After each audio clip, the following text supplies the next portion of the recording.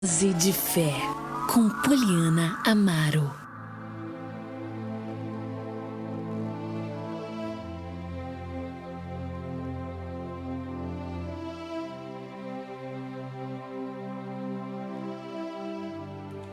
Muito bem, meus irmãos, nesse momento eu quero compartilhar com você uma dose de fé da Palavra de Deus que se encontra em 1 Reis, capítulo 17, versículo 2 em diante, que diz o seguinte: Então o Senhor disse a Elias: Vá para o leste e esconda-se junto ao riacho de Querite, que fica a leste do rio Jordão.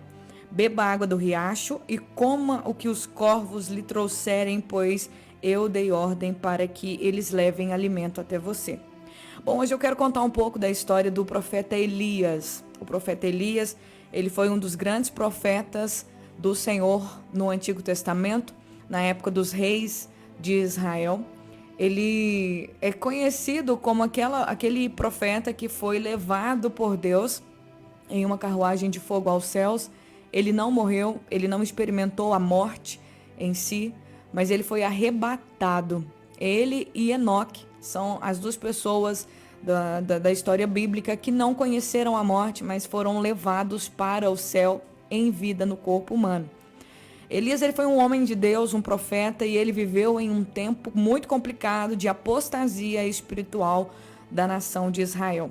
Ele viveu no tempo do rei Acabe, ele profetizou no tempo do rei Acabe, o rei Acabe que se casou com uma mulher chamada Jezabel, e diz a palavra de Deus que Acabe fez o que era mal aos olhos do Senhor, pior do que os seus antepassados. O Acabe, ele foi rei da parte do reino norte de Israel, porque até então Israel estava dividida entre reino sul e reino norte. O reino norte era Israel, cuja capital era a cidade de Samaria. E o reino sul era o reino da Judéia, o reino de Judá, cuja capital era Jerusalém. Mas o rei Acabe, ele era rei sobre Israel, e diz a palavra de Deus que ele deixou o coração dele ser levado pela idolatria da sua esposa Jezabel. Ele se prostrou diante de Baal, fez um templo para Baal em Samaria, fez vários pontos de adoração para Baal e também para Deus Azera, e com isso ele desagradou ao Senhor. Por causa da grande idolatria do povo de Israel naquele tempo, Deus envia Elias para mandar uma mensagem profética para o rei Acabe e para todo Israel, dizendo: vocês vão ficar sem chuva durante tanto tempo. Não vai chover enquanto eu não disser. Aí Elias chega para Acabe e diz: tão certo como vive o Senhor, Deus de Israel, a quem eu sirvo, que não vai haver chuva e nem orvalho nos próximos anos, até que eu ordene. Olhem só para você ver o que Elias disse para Acabe: não vai chover, só vai chover quando eu vier aqui falar que vai chover. E diz a palavra de Deus que quando Elias, ele diz essas palavras para o rei Acabe, Deus diz para Elias: Elias, foge, se esconda no riacho de Querite, vá para o leste, fuja daqui, saia daqui. E o Elias fez assim. Durante muito tempo, essa chuva, esse período de seca, esse período sem chuvas em Israel, por causa da palavra do profeta Elias, durou um período de 3 anos e meio. E nesse período, Deus sustentou Elias lá no deserto, lá no riacho de Querite, e diz a palavra que corvos traziam comida para Elias. E enquanto havia água no riacho, Elias bebia a água do riacho e comia o que os corvos traziam para ele. A água do riacho secou, Deus disse para Elias: agora você vai para Sidom e você vai encontrar uma viúva ali e tal. Aí entra a questão da história onde Elias multiplica a farinha na panela e o azeite na botija de uma viúva, e ele passa a morar com essa viúva, comendo ali daquele milagre diário que era a farinha e o azeite na panela. Só que eu quero trazer a nossa reflexão nessa tarde, esse período de 3 anos e meio, como foi complicado, como foi difícil para Elias. Por que ele teve que fugir? Quando ele entregou uma mensagem profética, ele teve que fugir, ele teve que sair de cena, ele ficou realmente como um fugitivo. Acabe e Jezabel colocaram todos os seus esforços para encontrarem Elias, porque para eles o propósito para não ter aquela seca, Elias tinha que morrer. Elias era um inimigo. Na cabeça de Acabe, Elias era o perturbador de Israel. Desde o momento que Elias disse não vai chover, Elias se tornou perseguido. Ele já era odiado, mas ele agora se tornou perseguido. E diz a palavra de Deus que não houve um lugar sequer, não houve uma cidade sequer que Acabe não mandasse procurar Elias. Elias, ele foi perseguido.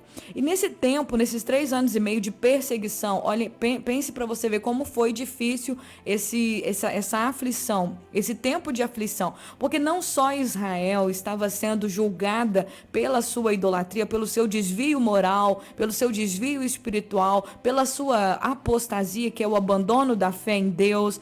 Não só Israel estava sendo julgado, mas o próprio profeta Elias, que era um homem de Deus, gente. O Elias, ele era um homem de Deus. Ele era um homem realmente que tinha uma intimidade, que tinha uma vida, que andava com Deus. Ele era temente ao Senhor e ele fazia tudo exatamente aquilo que Deus ordenava. Então ele cumpria o seu ministério, ele tinha uma vida abnegada de si mesmo, da sua própria vontade. Ele vivia para fazer a vontade do reino de Deus e cumprir o seu chamado e o seu ministério profético.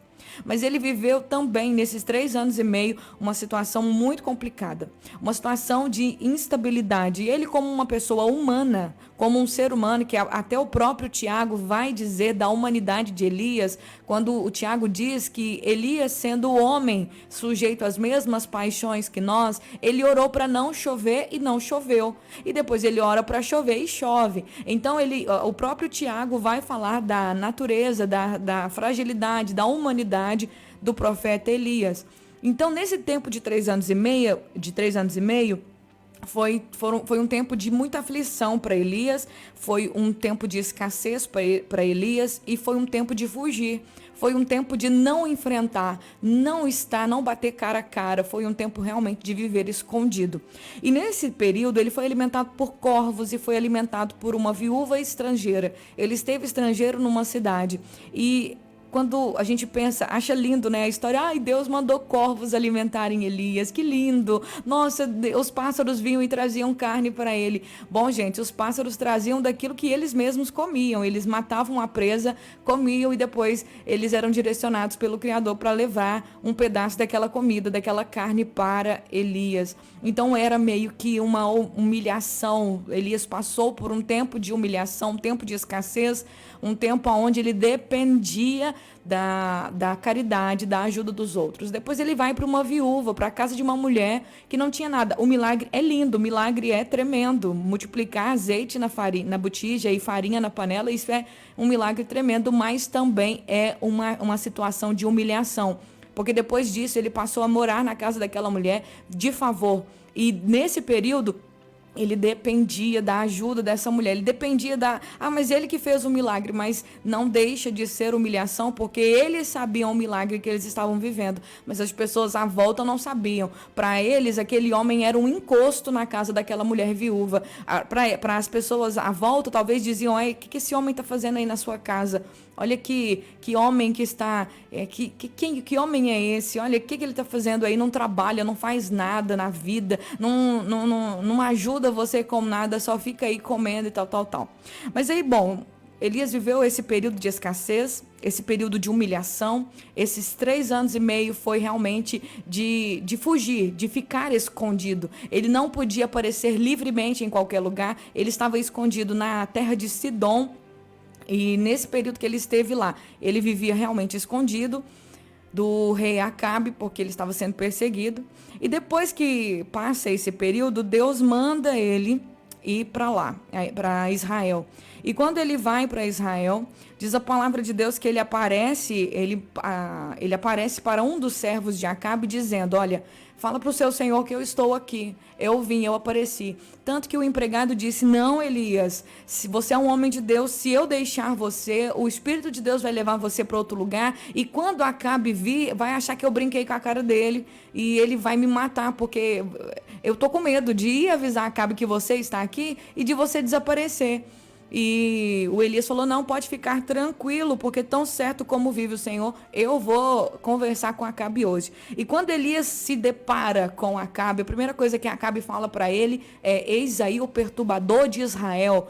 Sabe o que é uma pessoa olhar para você e dizer, você perturba a minha vida, você é o causador dos nossos problemas, você é uma praga na nossa vida, você não presta. Sabe o que é alguém dizer isso para você? Ou você se sentir um estorvo na vida de alguém, na sua casa ou no seu trabalho, ou em algum momento da sua vida você se sentiu um estorvo?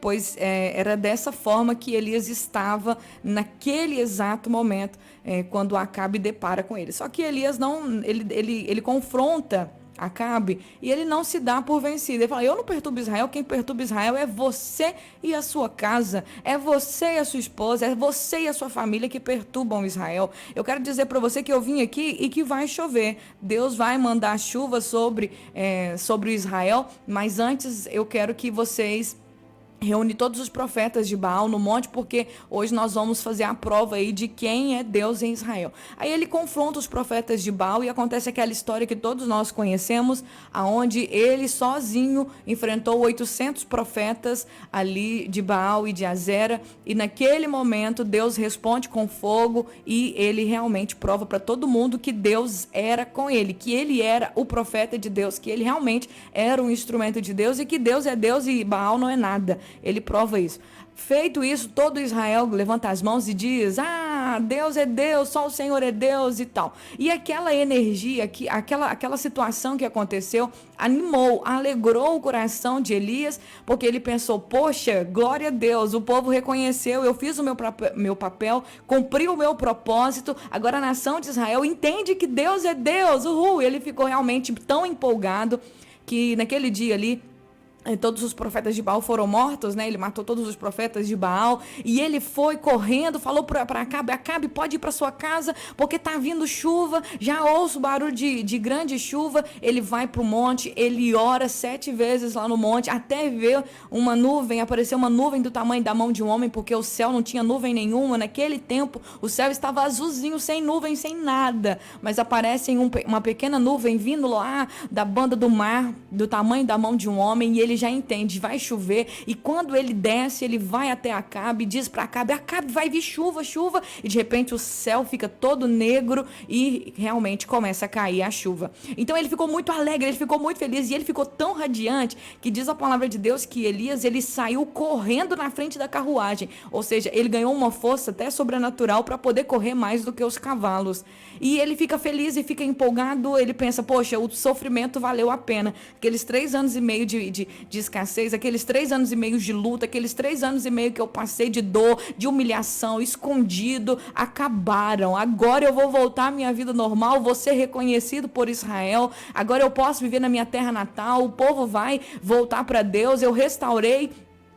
Eu fui um instrumento de Deus para restaurar a vida espiritual de Israel, só que nada disso acontece. A alegria, a euforia, o que Elias fez durou pouco tempo, porque no momento em que Jezabel fica sabendo do que aconteceu, ela manda uma carta para Elias dizendo, amanhã que os deuses me castiguem, porque amanhã você vai estar morto igual os profetas de Baal. Eu vou fazer com você a mesma coisa que você fez com os meus profetas e os meus sacerdotes. E aí ela lança aquela ameaça para Elias, e quando Elias ouve aquelas palavras de ameaça, ele foge. Mas agora ele foge não porque Deus mandou ele fugir, ele foge por conta própria, e ele vai para a caverna. E ele, chegando naquela caverna, ele entra num declínio emocional tão grande, ele entra numa depressão tão profunda, que ele pede a Deus para morrer. Ele diz, eu quero morrer, tira minha vida, para mim melhor é morrer do que viver. E amanhã eu vou continuar essa história, porque o tempo já passou, e amanhã nós vamos entender aonde está a cura da depressão. Amanhã, no finalzinho da história de Elias, através da história de Elias, eu vou mostrar para vocês aonde está a cura da depressão. O que Deus fez para que Elias fosse curado daquela depressão que ele entrou. Porque, afinal de contas, crente, pastor, líder espiritual pode ficar depressivo ou não? Será que nós podemos ou poderemos passar por um momento de depressão, por um momento de declínio emocional? Sim ou não? A resposta é sim, somos humanos. E Deus entende isso. Elias era um homem cheio de Deus, cheio do Espírito Santo, andava em comunhão com Deus, mas ele era um humano. Ele sofreu frustrações, ele passou por perseguições, ele passou por momentos de escassez. Todos os momentos que levam a gente a sentir tristeza extrema, angústia extrema. Então, como pessoas, como seres humanos, nós somos capazes sim de entrar numa situação triste emocional. Elias, ele teve depressão. Ele passou por uma situação de depressão, mas a cura da depressão foi entregue para ele e amanhã nós vamos falar sobre essa cura que Deus entregou para Elias e é a mesma cura que Deus entrega para nós. Eu tenho certeza que essa chave vai mudar e vai ajudar você a ajudar a vida de outras pessoas também. Nesse momento eu convido você a orar comigo e não perca o programa de amanhã. Senhor, no nome de Jesus, te agradeço pela história de Elias. Apesar de todas as lutas, as aflições, de todas as perseguições, apesar de todo o trabalho que o Elias passou, todas as muitas vezes, Senhor, não tendo o que comer, muitas vezes vivendo, Senhor, à mercê da caridade dos outros. Apesar de toda a humilhação, apesar das frustrações, apesar de tudo, ele confiou no Senhor acima de todas as coisas. Que possamos entender que não, apesar de todas as circunstâncias adversas na vida, nós temos um Deus que entende, que conhece o nosso coração. O Senhor fez algo por Elias, que nós vamos terminar de falar amanhã, algo que mudou a vida dele. E que nós possamos entender, Senhor, que o Senhor tem isso para as nossas vidas também. Que no nome de Jesus o Senhor abençoe cada pessoa que está me acompanhando nesse momento. Cada vida, que o Senhor visite cada pedido de oração e que aconteça de acordo com a fé de cada um. É o que eu te peço em nome de Jesus e desde já te agradeço. Amém.